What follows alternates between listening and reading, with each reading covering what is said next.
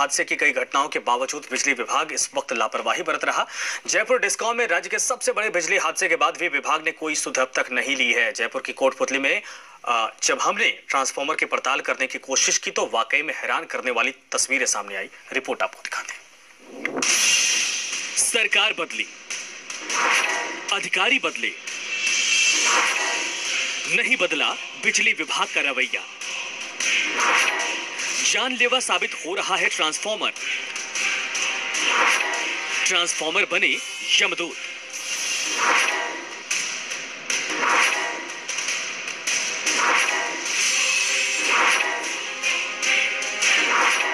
बिजली से लापरवाही हमेशा ही जानलेवा साबित होती है, लेकिन बिजली विभाग ही जब लापरवाह बन जाए तो क्या कहा जाए। सड़क के बीचों बीच लगे इन ट्रांसफार्मर्स को देखिए। बीच चौराहों पर सड़कों की सतह नापते इस ट्रांसफार्मर्स की चपेट में राहगीर और मवेशी भी आ चुके हैं। कोटपुतली के बाशिंदों के लिए ये ट्रांसफार्मर यमदूत से कम नहीं है।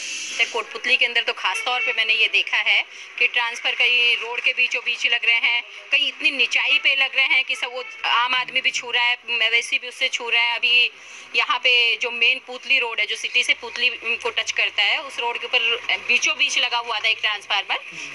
बरसात के दिनों में तो बहुत ही हादसे हुए, कई जनहानियां हुई।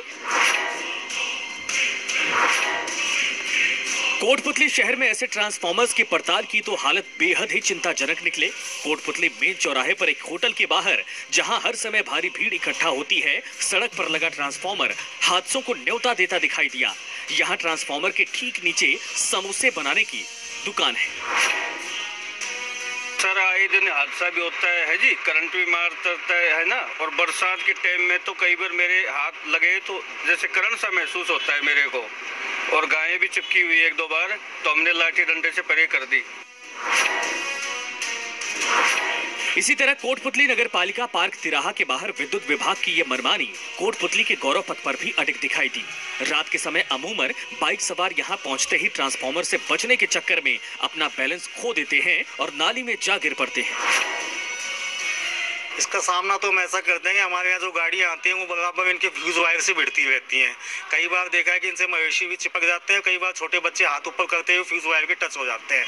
ये इतने पास लगे हुए हैं, इतने नीचे लगे हुए हैं कि आप बता नहीं सकते कि आप नीचे बगल से गुजरेंगे तो आपका शरीर टच होते होते ही बचेगा।